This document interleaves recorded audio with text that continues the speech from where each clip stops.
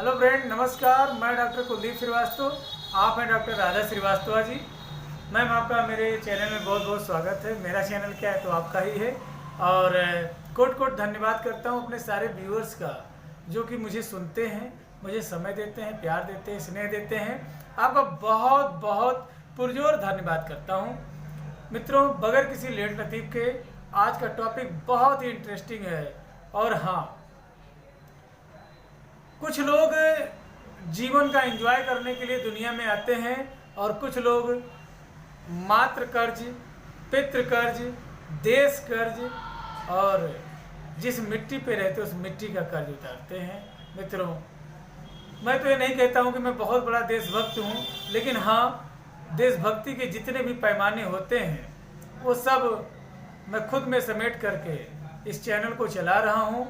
और एक ही उद्देश्य है कि भारत के कोने कोने से बीमारियों को ख़त्म कर दें। और अगर जो इसे देशभक्ति कहते हैं तो हाँ, मैं एक सच्चा वफादार देशभक्त हूँ और भारत की सेवा तब तक करूँगा जब तक मेरे सांसों में सांस है, मेरे जिस्म में जान है, तब तक हम लोग सेवा करते रहेंगे। आज का टॉपिक है होम्योपैथिक नशा मुक्ति केंद्र। मित्रों, फिर से सुन लीजिए, जी हाँ, होम्योपैथिक नशा मुक्ति केंद्र। ये बात करेंगे क्या है नशा और इससे कौन कौन सी बीमारियां होती हैं, इसके क्या क्या परिणाम होते हैं और कौन कौन सी होम्योपैथिक दवा हैं जो इस बीमारी में काम करती हैं। तो मित्रों, आइए बताता हूँ नशा क्या है। मैम, नशा क्या चीज़ है? Great desire for any addiction ना, किसी भी चीज़ की नशे की आदत लग जाना और इंक्रीज डोजेस, इसके साथ साथ में उसका डोज बढ़ते जाना, mentally and physically trapped in addiction, और मेंटली मानसिक रूप से हम लोग उसमें बंधते ही जाते हैं कि उसकी लत लग जाती है। बहुत बहुत धन्यवाद मैम। अगर जो देखा जाए तो मैम के कहने का मतलब था कि WHO ने 1957 में एक अपना लेख प्रस्तुत किया। उस लेख के अनुसार अगर जो कोई इंसान मानसिक रूप से विक्षिप्त अवस्था में एकदम से आतुर हो जाए कि उसे किसी जो है विषय वस्तु की जरूरत एकदम बढ़ती चली जा रही है और इस तरीके से वह जो है एक मानसिक दुर्बल अवस्था में चला जाता है कि जब तक उस चीज़ की प्राप्ति उसे नहीं हो जाती तब तक वह मेंटली और फिजिकली डिस्टर्ब होता है। और हाँ, चीज़ों को बढ़ते हुए क्रम में जो है वह प्रयोग करता है। पहले एक सिगरेट पीता था तो आज 4 सिगरेट पी रहा है। पहले 1 क्वार्टर जो है पानी मिला के पीता था, आज 4 क्वार्टर पीता है बगैर पानी के, तब जाकर के उसे मजा आ रहा है। यानी मानसिक अवस्था दुर्बल अवस्था में बदल जाना। अब इंक्रीज डोजेज की मैंने बात कर दी। अब इसके अलावा कौन कौन से तरीके के एडिक्शन होते हैं। तो मित्रों, मुझे नाम बताएं किस तरीके के एडिक्शन होते हैं, कितने तरीके के होते हैं। वैसे तो कई तरीके के होते हैं, इसमें से नार्कोटिक्स है, डिप्रेसेंट है, स्टिमुलेंट्स है, साथ साथ में हेलुसिनेशन है, कैनबिस है। तो मैम ने बताया कि 5 तरीके के हैं। तो नार्कोटिक्स कहने का मतलब क्या हुआ, सीधी से बात समझें कि जो है गांव गढ़ी की भाषा में समझा देता हूं कि जहर खुरानी करना। कोई इंसान आया, ट्रेन में आया है, धुआं धुक्कड़ लगा करके उसको बेहोश कर दिया, नींद में कर दिया, या उसको मतलब वो मात गया है, कहने का मतलब नशे में कर देना, तो यह कहलाता है unconscious group of medicine like sleeping. कहने का मतलब हुआ जैसे अफीम हो गया, हीरोइन हो गया, राइप्रॉल हो गया, लोग ड्रिंक में डाल करके नशा करा करके गलत काम कर देते हैं। डिप्रेशन कहने का मतलब क्या हुआ, एक्साइटमेंट। हम देखते हैं कि बहुत ही सीधा साधा सा लड़का होता है, जिनमें भैया भैया करके बात करता है, बाबूजी बाबूजी करता है, रात में एक अद्धा पौवा मारने के बाद में आता है माँ बहन एक करके चला जाता है, वो होता है डिप्रेसेंट। स्टिमुलेंट कहने का मतलब एग्रेसिव, इंसान को एकदम बिल्कुल मारने और मरने पे आ जाए, तो वो मित्रों जैसे कि स्ट्रामोनियम हो गया, कोकीन हो गया, इस तरीके की दवाइयाँ होती हैं। हेलुसिनोजेंस कहने का मतलब मत भ्रम इंद्रजाल, जैसे खुद में मस्त रहना, धतूरा किसी को खिला दिया, पागल होकर के घूम रहा है, गाना गा रहा है, सड़कों पे सीताराम सीताराम कहते हुए जा रहा है, या गाली देते हुए जा रहा है, या चिल्लाते हुए जा रहा है, मति भ्रम हो जाना, वो कहलाता है हैलुसिनोजेंस, जैसे कि धतूरा। कैनबिस कहने का मतलब क्या हुआ कि ये पृथ्वी लोक के जो है भोलेनाथ होते हैं, बहुत हंसेंगे, बहुत मस्त रहेंगे, एकदम खुद में मस्त रहेंगे, क्योंकि खाने में इनको चरस, गांजा, अफीम, भांग यही सारी चीजें चाहिए।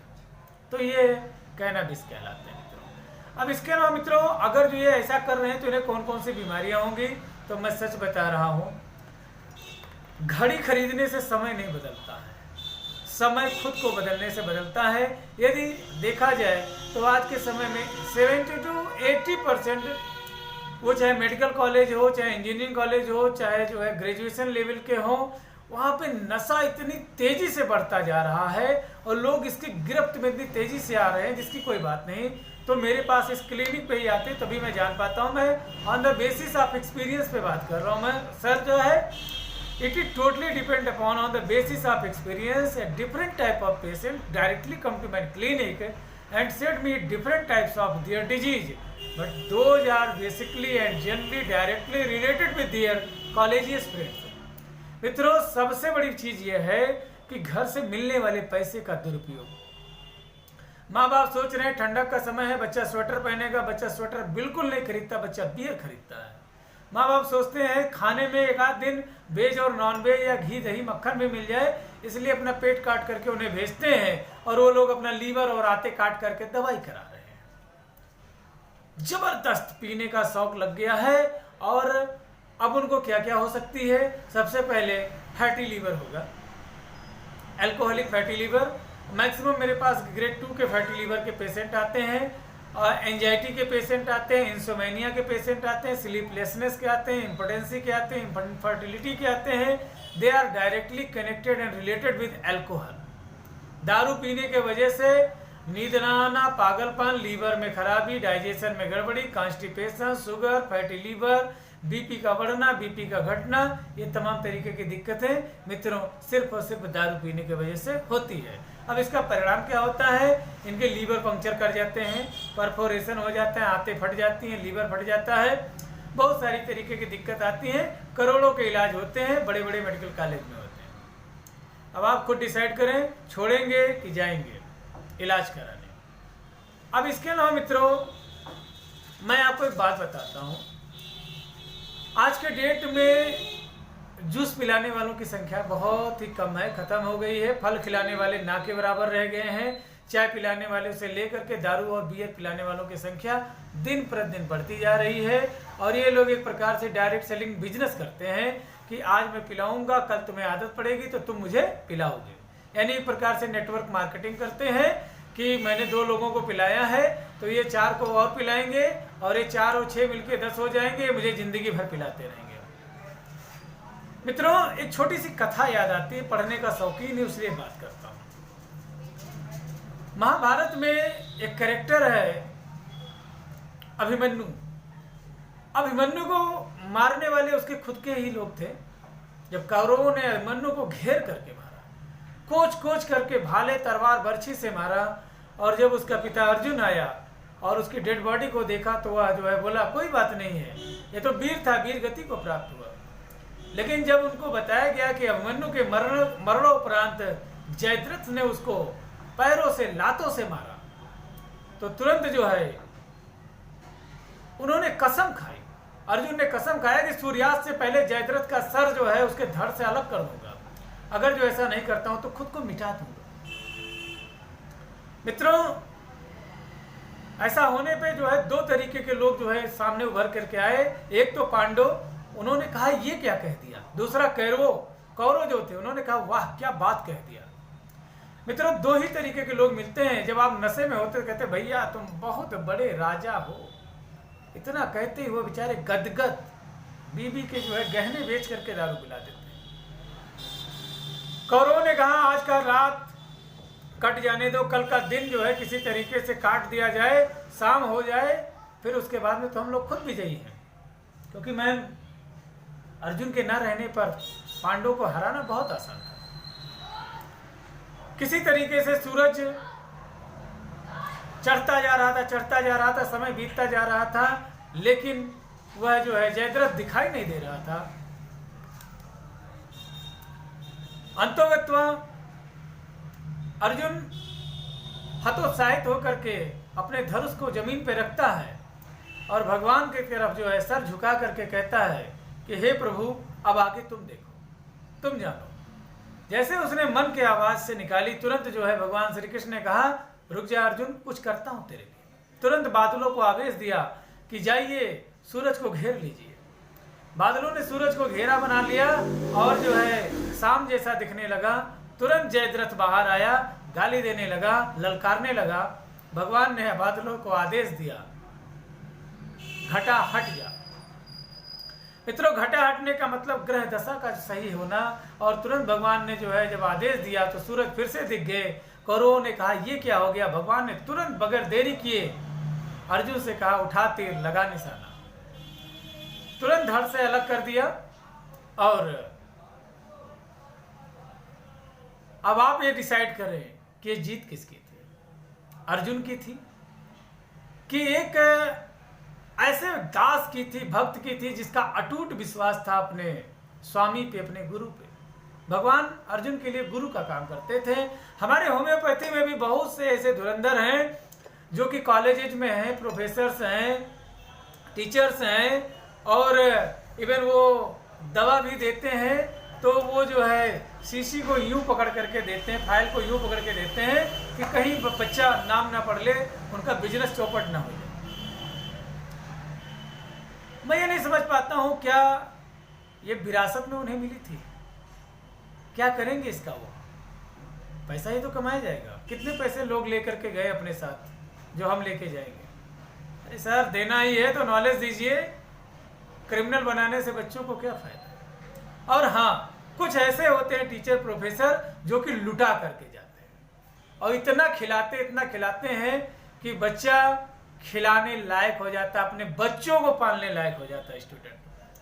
तो सर, मैं भी आपको कृष्ण के तरीके से मानता हूं और ईश्वर से दुआ करता हूं कि यह मेरी जीत नहीं है कि मैं डॉक्टर हूं, यह मेरी जीत नहीं है कि मुझे 4 लोग जानते हैं, यह मेरी जीत नहीं है कि मैं जो दवाइयां देता हूं काम करती हैं। सर, यह आपकी जीत है। और जिस तरीके से कृष्ण ने अर्जुन को नहीं हारने दिया था, सर, उसी तरीके से आपका आशीर्वाद मेरे साथ बना रहता है। और मैं अपने आप को बड़ा खुशनसीब समझता हूं सर कि आपका आशीर्वाद मेरे साथ है। और हाँ, जिन लोगों के सर पर गुरुओं का हाथ होता है वह कभी हारते नहीं हैं। तो मित्रों, समझ जाइए और संभल जाइए। अभी समय है, अभी लीवर डैमेज नहीं हुआ है, अभी आपकी आंतें नहीं फटी हुई हैं। और अगर जो कुछ करना चाहते हैं तो इस होम्योपैथी को अपना गुरु बना लीजिए। यह कभी आपको टूटने नहीं देगी, न कभी अपनों को आपके रूठने नहीं देगी, और आपके शरीर के जीवन प्रणाली यंत्र को, वाइटल फोर्स को हमेशा मेंटेन रखेगी और आप पहले की तरह मुस्कुराते रहेंगे। बशर्ते ये जो आपके अगल बगल जो जयद्रथ घूम रहे हैं, इनको दुआ करिए कि इन्हें भी कोई कृष्ण मिले और ये आपका पिंड छोड़े, आप स्वस्थ हो जाए। तो आइए मित्रों, बात करते हैं कुछ होम्योपैथिक मेडिसिन के ऊपर। डॉक्टर साहब बताएं, कौन सी ऐसी होम्योपैथिक मेडिसिन है जो कि हर तरीके के नशेड़ियों पे, शराबियों पे काम करेगी, जिससे वो ठीक हो जाए? एवाइना सटाइवा जो है टिंचर में आप ले सकते हैं, 20 गुण सुबह, 20 गुण शाम, आधे कप पानी में। मैम ने बताया avena sativa Q potency is the best medicine for all types of alcoholism.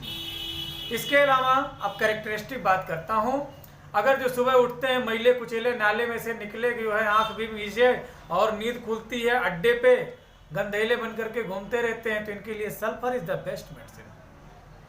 अगर जो शराबी है, कबाबी है, अय्याश टाइप का इंसान है जो कि बार वगैरह जाता रहता है, तो ऐसे पेशेंट के लिए nux vodka is the best medicine. अगर जो खानदानी शराबी है, सब कोई शराब पीता है, 1 to all टुन्न रहते हैं, तो ऐसे पेशेंट के लिए डॉक्टर साहब क्या दें? Medorrhinum is the best medicine. Medorrhinum is the best medicine. अगर जो बहुत ज्यादा गांजा भांग का नशेली वाला इंसान है, तो कैनाबिस इंडिका बहुत बढ़िया दवा है। अब जब ये नशा छोड़ेंगे तो बहुत सारी दिक्कतें इनको फेस करनी पड़ेगी, जैसे बार बार लार का मुंह से आना, सलाइवेशन, ओकाई आना, ओ करेंगे, लगेगा कि उल्टी होने वाली है। ऐसे पेशेंट के लिए मर्कसाल इज द बेस्ट मेडिसिन। अगर जो सिम्टम्स हमेशा चेंज होते हैं, कभी उकाई आता है, कभी जो है नासिया वोमिटिंग टेंडेंसी होती है और फिर चेंज हो जाता है, pulsatilla is the best medicine. अगर जो मानसिक बेचैनी है तो ऐसे पेशेंट के लिए arsenicum album is the best medicine. बहुत ज़्यादा चिड़चिड़ापन है, बच्चों जैसा व्यवहार कर रहा है, नहीं पीने को पा रहा है तो रो रहा है, चिल्ला रहा है, गाली दे रहा है, तो chamomilla is the best medicine. कुछ लोग कहते हैं जब से दारू छोड़े बड़ा घुटनों में दर्द हो रहा, बड़ा दर्द हो रहा है, Rhus tox is the best medicine. बहुत ज़्यादा सिर दर्द हो रहा है, बेलाडोना। अगर जो उल्टी जैसा बार बार मिचली जैसा महसूस हो रहा है, ipecac is the best medicine. अब 3 मेडिसिन के बारे में बताता हूँ जो कि जान है। नींद नहीं आने पर पैसिफ्लोरा, बेचैनी बढ़ने पर इग्नेशिया, घबराहट होने पर और कहता है नहीं दोगे पीने के लिए तो खुशखुशी कर लेंगे, एरममेट इज द बेस्ट मेडिसिन। तो ऐसा दवा दीजिए, पूरा काम हो जाएगा। अब आइए एक छोटा सा जो है मैं आपसे बात करूं। कुछ लोग नेटवर्क मार्केटिंग कर रहे हैं दारू पिलाने का, कि मैं 4 लोगों को पिलाना सिखा दूंगा तो ये 4 14 हो जाएंगे और 14 मिलकर के मुझे जिंदगी भर पिलाएं। छोटे छोटे बच्चों को जो है पीना सिखा रहे हैं, सिगरेट बीड़ी और अल्कोहल पीना सिखा रहे हैं। छोटे छोटे 20 22 25 साल के बच्चों को सिखा रहे हैं, वो भी बड़े बड़े लोग सिखा रहे हैं। सर परेशान ना हो, समय आपको इसका पूरा जो है भुगतान सूद ब्याज सहित दे करके जाएगा। आपके पास भी छोटे बच्चे हैं ना, तो यही नेटवर्क मार्केटिंग जिनके साथ आप कर रहे हैं वो आपके बच्चों के साथ करें। और हाँ, आदत सुधारने से जो है इंसान सुधरता है और आदत बिगाड़ने से इंसान बिगड़ता है। सर एक बात कहूँ कि 1-2 जस्त में जर्रों से निकल जाना था, शाम की बर्फ को तो धूप में पिघल जाना था। और शराबियों ध्यान दो मेरे बात पर, तजुर्बे के लिए कि जख्म ही है काफ़ी, आपको तो पहले ही ठोकर में समझ जाना था। आज आपके शराब पिलाने के वजह से किसी मजदूर, रिक्शावान, मिस्त्री, टेम्पू चालक, बच्चों के मुंह के निवाले छीन रहे हैं। 500-700 कमा के लाया था, सब आपने पी लिया, पिलवा दिया, मछली खिला दिया। और इनके रोवे से जो मिल रहा है ना पुण्य सर, वो आपको कभी बढ़ने नहीं देगा। आप प्लीज किसी का निवाला ना छीने, किसी के घर की खुशियां ना छीने। आप भी दारू छोड़ें, औरों को भी छुड़ाएं। जय हिंद, जय भारत। बाकी हाँ, एक ही चीज कहूँगा कि हर से हर जमी का क्या फ़ायदा, अगर खुल के मुस्कुरा ना सको तो जीने का क्या फ़ायदा। और वैसे तो हर रास्ता तेरे घर से जुड़ा है, अगर दीदार ना हो तो ऐसे चौराहों का क्या फ़ायदा। बेहतर है कि किसी को जन्म ना दें, लेकिन जन्म दे करके आप नशेड़ी माँ बाप हो जाए, शराबी माँ बाप हो जाए, बच्चे बिलखते रहे, तो ये बहुत गलत बात है। आप सुधर जाएं, बच्चों का भविष्य ना नष्ट करें, उन्हें doctor, engineer, pilot, military man बनने से ना रोकें। और हाँ, अगर जो कल को आपका बच्चा चोर, लफंगा या उचक्का या शराबीबाज बनता है तो सर ये आपकी नेटवर्क मार्केटिंग का ही फल है, जो कि ईश्वर आपको सूद ब्याज सहित दे रहा है। जय हिंद, जय भारत, जय होम्योपैथी। कुछ गलत बोल गया हूँ तो माफ़ करें, अबोध समझ करके। बाकी तो भगवान श्री राम के भी रामायण के बटन पे भी डिसलाइक का बटन और बहुत सारे जो है कमेंट्स लिखे हुए हैं, यदि आप भी लिखते हैं तो उसे आशीर्वाद समझ के स्वीकार करता हूँ। जय हिंद, जय भारत, जय होम्योपैथी। नमस्कार।